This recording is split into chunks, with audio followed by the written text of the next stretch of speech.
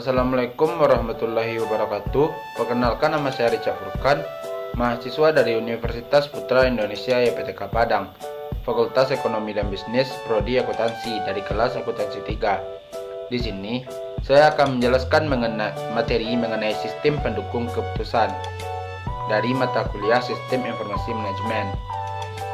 Pertama, kita masuk dulu apa itu sistem pendukung keputusan. Sistem pendukung keputusan ialah bagian dari sistem informasi berbasis komputer yang dipakai untuk mendukung pengambilan keputusan dalam suatu organisasi atau perusahaan.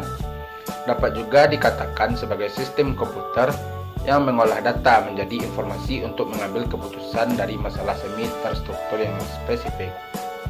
Selanjutnya, tahapan dari sistem pendukung keputusan. Yang pertama ada definisi masalah, yang kedua ada pengumpulan data atau elemen informasi yang relevan, yang ketiga ada pengolahan data menjadi informasi baik dalam bentuk laporan grafik maupun tulisan, dan yang keempat yakninya menentukan alternatif solusi. Selanjutnya, tujuan dari sistem pendukung keputusan. Yang pertama, membantu menyelesaikan masalah semi terstruktur. Yang kedua, mendukung manajer dalam mengambil keputusan dalam suatu permasalahan. Yang ketiga, meningkatkan efektivitas bukan efisiensi pengambilan keputusan. Selanjutnya, manfaat sistem pendukung keputusan. Sistem pendukung keputusan dapat memberikan berbagai manfaat dan keuntungan. Manfaat yang dapat diambil dari sistem pendukung keputusan ialah yang pertama, dapat memperluas kemampuan pengambil keputusan dalam memproses data atau informasi bagi pemakainya. Yang kedua, membantu pengambil keputusan untuk memecahkan masalah, terutama berbagai masalah yang sangat kompleks dan tidak terstruktur. Yang ketiga, dapat menghasilkan solusi dengan lebih cepat serta hasilnya dapat diandalkan.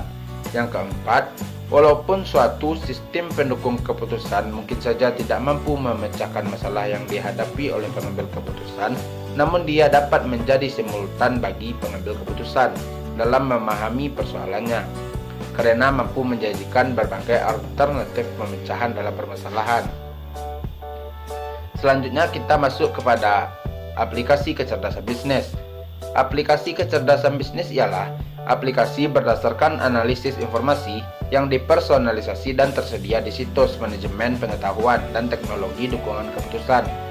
Kecerdasan bisnis terdiri dari 7. Yang pertama ada sistem dukungan keputusan, yang kedua ada sistem informasi manajemen, yang ketiga ada pemrosesan analitis online, yang keempat ada pengambilan data atau data mining, yang kelima ada sistem informasi eksekutif, yang keenam ada sistem manajemen pengetahuan, dan yang ketujuh ada teknologi kecerdasan artifisial.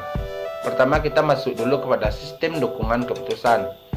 Sistem dukungan keputusan merupakan sistem informasi berbasis komputer yang menyediakan dukungan informasi interaktif bagi manajer dan profesional bisnis selama proses pengambilan keputusan.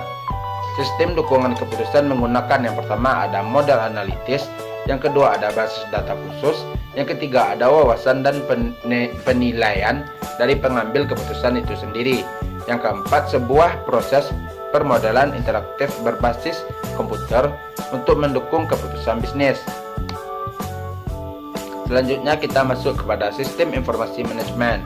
Sistem informasi manajemen merupakan jenis yang sebenarnya dari sistem informasi yang dikembangkan untuk mendukung pengambilan keputusan manajerial. Informasi dapat diibaratkan sebagai darah yang mengalir di dalam tubuh manusia, seperti halnya informasi di dalam sebuah perusahaan yang sangat penting untuk mendukung kelangsungan perkembangan suatu perusahaan.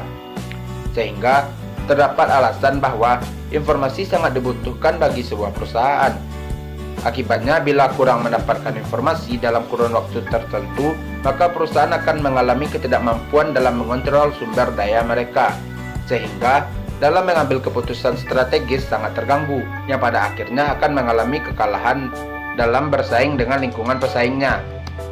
Kita masuk kepada pemrosesan analitis online. OLAP adalah teknologi database yang telah dioptimalkan untuk query dan pelaporan daripada memproses transaksi.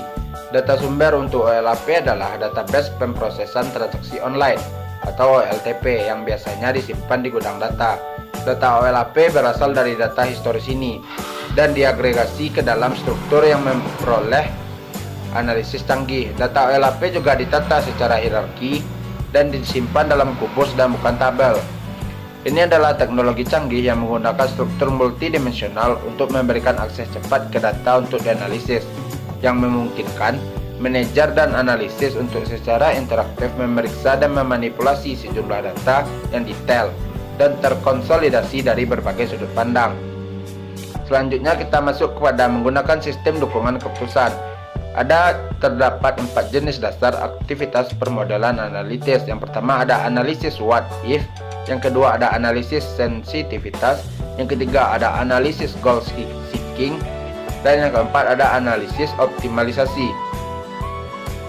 Selanjutnya pengambilan data mining untuk dukungan keputusan. Tujuan utama dari pengambilan data adalah untuk menyediakan dukungan keputusan bagi manajer dan profesional bisnis melalui proses yang disebut dengan knowledge discovery atau penemuan pengetahuan. Selanjutnya kita masuk kepada sistem informasi eksekutif. Sistem informasi eksekutif merupakan sistem informasi yang mengkombinasikan berbagai fitur sistem informasi manajemen dan sistem dukungan keputusan lainnya. Tujuan utama dari sistem informasi eksekutif ialah untuk menyediakan akses yang mudah dan cepat bagi eksekutif level atas berkaitan dengan informasi tentang sebuah faktor keberhasilan. Selanjutnya, sistem manajemen pengetahuan.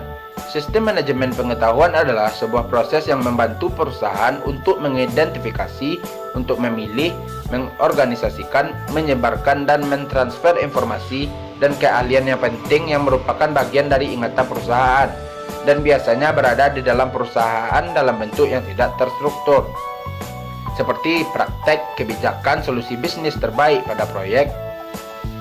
Selanjutnya, teknologi kecerdasan artifisial dalam bisnis digunakan dalam berbagai cara untuk memperbaiki pendukung keputusan yang disediakan bagi manajer dan praktisi bisnis di banyak perusahaan.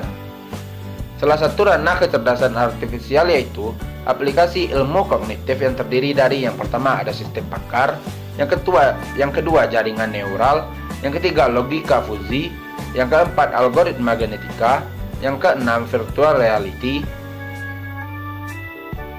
yang keenam agen intelijen. Dan bidang kecerdasan tersebut didasari oleh penelitian di bidang biologi, neurologi, psikologi, matematika, dan banyak ilmu pengetahuan lainnya. Bidang ini memfokuskan bagaimana otak manusia bekerja pada pola pikirnya. Baiklah, sekian materi atau informasi yang dapat saya berikan mengenai sistem pendukung keputusan dari mata kuliah Sistem Informasi Manajemen. Terlebih dan terkurang saya mohon maaf. Saya akhiri. Wabillahi taufiq wal hidayah. Wassalamualaikum warahmatullahi wabarakatuh.